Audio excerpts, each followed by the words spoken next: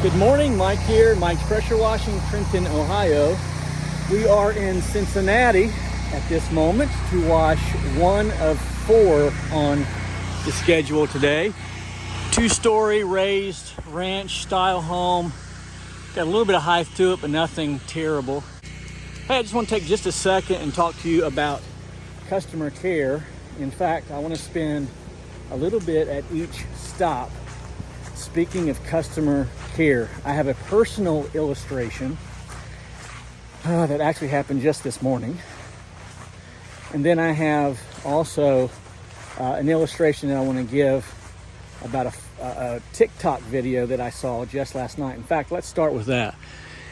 So I watched a TikTok video last evening, 3 minutes, and I really like this guy. He is in the landscaping lawn care field, and he actually video recorded the phone conversation that he had with a lady who had a complaint. It was the first cut for this lady, and it was almost abusive the way that he handled the situation, in my opinion. She had a complaint. The complaint seemed to be legitimate. Wow, this looks kind of dirty. That's some dirty stuff. We'll take care of that. The complaint was legitimate, I felt. And throughout the entirety of this 3-minute video, he never once offered an apology. Terrible clumps in the grass. They didn't do everything that they said they were going to do, and they didn't even give her a price. His technician didn't. And he just laughed at her. He mocked her off camera, so to speak, or in a way that she didn't know. And this happened for 3 minutes. And what was so sad is that not only did he never apologize, but of the hundreds of comments to this video, almost everyone was saying, ditch her. She's a Karen. You deserve better. Here's what we know, guys. This lady here at this home behind me, she called me. She took time out of her schedule to call me. This was a referral. Someone else said, Mike will do you a good job. She deserves better than to be late. And that's exactly what happened today. I told her 8 o'clock, and here it is, 9:30, and I'm just getting here. I had legitimate excuses, but the fact of the matter is, she deserves better. She called when I was en route. Mike, where are you? I said, ma'am, I'm en route, and I do apologize. She said, and I quote, you should have called. That stung. She's 100% correct.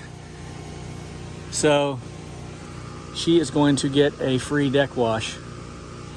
I told her, and I quote, you deserve better. Listen, she's paying a premium price to have her home washed. She deserves better than for me to A, be late, and secondly, or B, not call. All right, all done. Let's move on to the next one. And real quickly, someone was asking about the Flow Pro and how things are going with that, if I'm enjoying it. Here I'm almost a full season with it. I absolutely love it. This is a perfect example of why you need a Flow Pro remote control bypass, so that you don't have to go back and forth to the rig, turn on and off your soap. So here I am on this deck, giving this woman a free deck wash, but you'll notice that there are no steps. So she was kind enough to let me come through. Of course, I drug my hose around, stuck it up through the railing. And in order to wash this, I would have to go back to the truck, turn off my soap. With this, simply push the rinse, get the audible, letting me know that the rinse is on. And now I'm in rinse mode. Thank you, Judd West.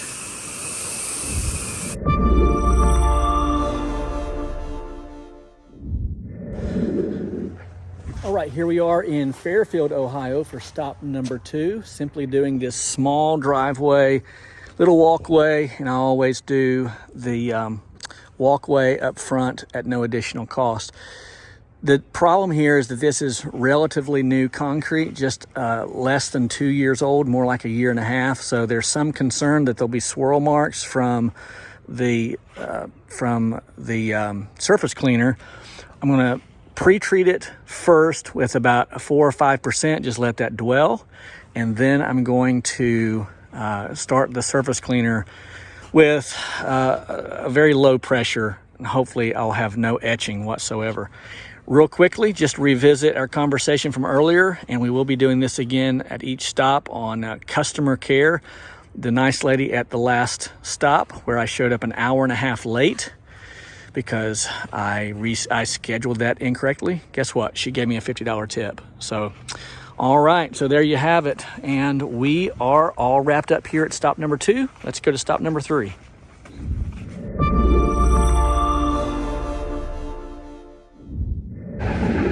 All right, here we are in Carlisle, Ohio for stop number 3.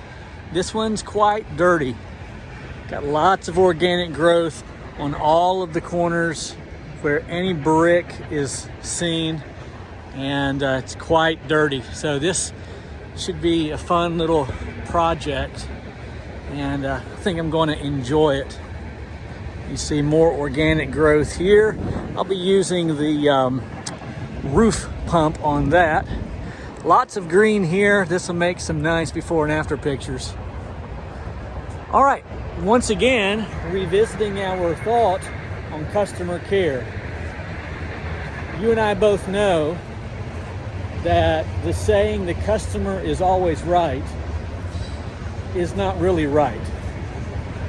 But that is not a rule, that's a principle. It's okay to have a good principle. Principles won't fail you. Rules sometimes will fail you. So this will be a nice area. This stuff should just fall off of here. Looking forward to cleaning that.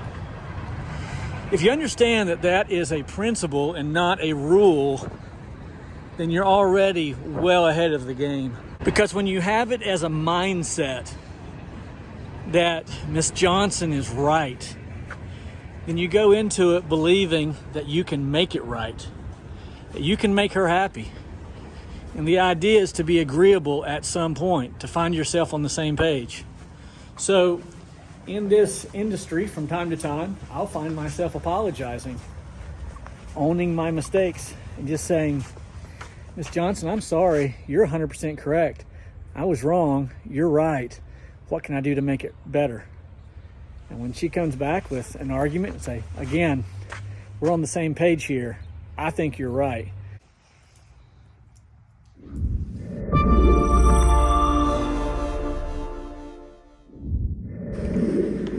All right, here we are at stop number 4 to end this wonderful Friday.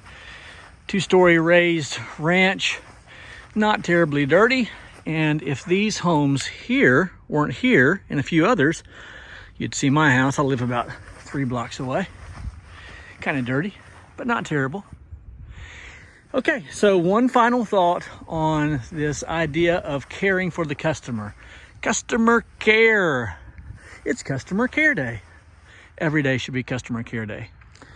Always keep in mind that the customer is your boss. I realize, I get it. You're the boss. I understand that. You are the boss. Sure, it's your business.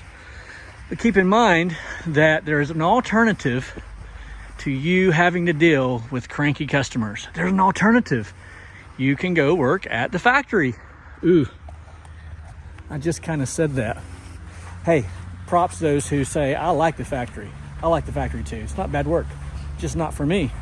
But you can make good money in the factory. Always keep that in mind though, that if you don't want to work with the public, there are many alternatives. The customer called you, they heard you were the best. Don't prove them wrong. The customer called you, they thought that you weren't the best. Prove them wrong. But always leave the customer feeling like you made them number one. The fact of the matter is, They are number one. The customer is number one. And then when you get back in your truck, you're number one.